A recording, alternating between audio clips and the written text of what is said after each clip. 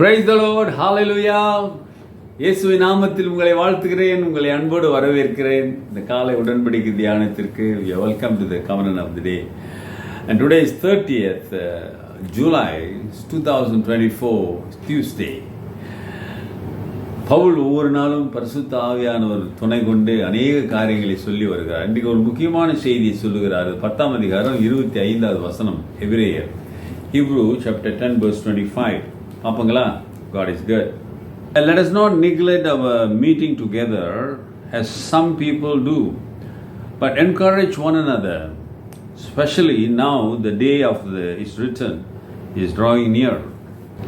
சபை கூடி வருதலை சிலர் விட்டு விடுகிறது போல நாமும் விட்டு விடாமல் ஒருவருக்கு ஒருவர் புத்தி சொல்ல கடவோம். நாளானது சமீபித்து வருகிறதை எவ்வளவாய் பகிர்கிறீர்களோ அவ்வளவாய் புத்தி சொல்ல வேண்டும். ஹல்லேலூயா. சபை கூடி வருதலை சிலர் விட்டு விடுகிறது போல. ஏன் விட்டு விடுறாங்களா? ஆண்டோடைய வருகை சமயமா இருக்கிறதுனால விட்டு விடுறாங்களா? சாத்தான் எப்படியாவது நீ உன் விசுவாசத்தை, சபைக்கு நீ வருகிறதை, ஐக்கியத்திலே கூடுகிறதை எப்படியாவது தடுக்க வேண்டும், அதை நிறுத்த வேண்டும் என்று சூழ்ச்சி செய்வான். அந்த சூழ்ச்சியில் நீ மாட்டிக்காதீங்க. தந்திரமாய் அதை கெடுக்க பார்ப்பான்.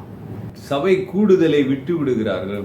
ஆராதனை, Bible study, fellowship, prayer meeting, இதெல்லாம் எதுக்கு? கர்த்தருக்குள்ளே ஆன்மீகத்தில் நாம் வளர வேண்டும். We need to grow. That's the reason you're having more fellowship.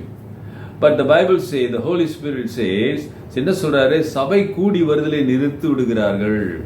இப்ப சிலர் நிறுத்தி விடுவதற்கு பல காரணங்கள் இருக்கும்.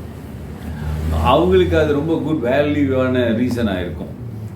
நான் அதனால அந்த சபைக்கு போகல, அந்த சபைக்கு போகிறேன்.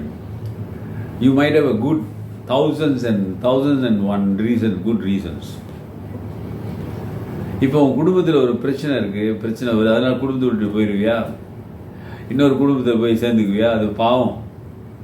உன் குடும்பத்தை நீ கவனிக்காமல் போனாவே பாவம் என்று வசனம் சொல்லுகிறது. நீ அவிசுவாசியிலும் கெட்டவன் என்று வசனம் சொல்லுகிறது. You are worse than an unbeliever if you neglect your family. The same way you cannot neglect the fellowship in your church. சர்ச்சில் ஒரு ப்ராப்ளம் உடனே பக்கத்தில் வேற எங்கன்னா இருந்தால் போயிடுறது. ஆமாம் தானே? ஆனால் ஆண்டவர் அதை வெறுக்கிறார் என்பதை மறந்து விடாதீங்க. அதான் இன்னைக்கு வசனம் சொல்லுகிறது. இந்த கடைசி காலங்களில் இப்படிலாம் செய்யாது. இது கடைசி காலம். ஆகவே நீ ஆண்டவரை நோக்கி பார்த்து ஆண்டவருடைய அன்பிலே நிலைத்திருக்க வேண்டும். நம்ம கொடுத்திருக்கிற தைரியம் அவருடைய ரத்தம். அதான் வசனம் சொல்லுகிறது, அவருடைய ரத்தம். அதிலே நீ நிலைத்திருக்க கற்றுக்கொள்ள வேண்டும். சகோதரனே, சகோதரியே, சபை கூடி வருதுகளை நிறுத்தி விடுகிறாயா? நிறுத்தி விடாதே. வேற எங்கேயாவது போகாத. அது உனக்கு ஆசீர்வாதம் அல்ல. நீ பிறந்து வளர்ந்து உன்னை உருவாக்கின திருச்சபையில இரு. அதுதான் உனக்கு ஆசீர்வாதம்.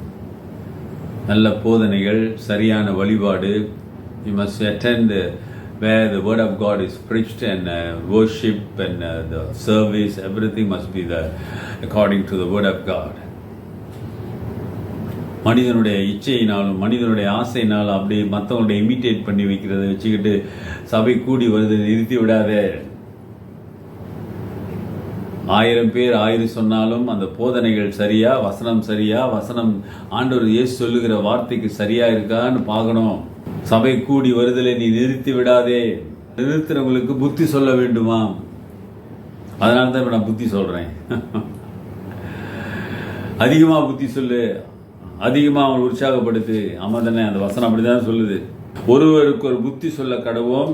நாளானது சமீபித்து வருகிறதை எவ்வளவாய் பார்க்கிறீர்களோ அவ்வளவாய் புத்தி சொல்ல வேண்டும். We are living in the hands day and very close. அப்ப என்ன சொல்றாரு? இன்னும் உற்சாகப்படுத்துங்க, புத்தி சொல்லுங்க, வசனத்தை சொல்லுங்க, ஆலோசனை கொடுங்க, கர்த்தருக்குள்ளே வர வேண்டும். சகோதரனே, சகோதரியே, உன்னுடைய விசுவாச வாழ்க்கை, ஆன்மீக வாழ்க்கை எப்படி இருக்கிறது? கர்த்தருக்குள்ளே ஐக்கியப்படுகிறாயா? அந்த இல்லாட்டி ஐக்கியத்துக்கு விலகி கொள்கிறாயா? அல்லது பல காரணங்களை சொல்லி அதில் கலந்து கொள்ளாதபடி உன்னையே நீ ஒதுக்கி கொள்கிறாயா? யோசித்து பாரு, ஒப்பு கொடு, கர்த்தர் பெரிய காரியங்களை செய்வார். ஜெபிப்போம். நல்ல ஆண்டவரே, இந்த காலை வேளைக்காக நன்றி. உங்களுடைய வார்த்தைகளுக்காக ஸ்தோத்திரம். ஆண்டவரே, சபை கூடி வருதலை நாங்கள் நிறுத்தி விடாதபடி அவைகள் எங்கள் ஆன்ம வாழ்க்கைக்கு பலன் என்பதை உணர உதவி செய்யுங்க.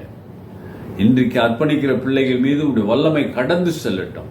இயேசுவின் நாமத்தில் பிதாவே, ஆமென். நமது ஆண்டவராகிய இயேசுவினுடைய கிருபை, பிதாவின் அன்பு, பரிசுத்தாவின் ஐக்கியம் உங்களோடு இருந்து உங்களை ஆசீர்வதித்து காப்பதாக. என் ஆத்துமாவே கர்த்தரை ஸ்தோத்திரி, என் முழு உள்ளமே அவர் பரிசுத்த நாமத்தை ஸ்தோத்திரி. என் ஆத்துமாவே கர்த்தரை ஸ்தோத்திரி, அவர் செய்த சகல உபகாரங்களை மறவாதே. ஆமென். என் பிரதர் சிஸ்டர், அருமையான சகோதரனே சகோதரியே, சபை கூடி வருதலை நிறுத்தி விடாதே. உன் குடும்பம், உன் பிள்ளைகள் எப்படி இருக்கிறார்கள் யோசித்து பாருங்க. God bless you. Take care.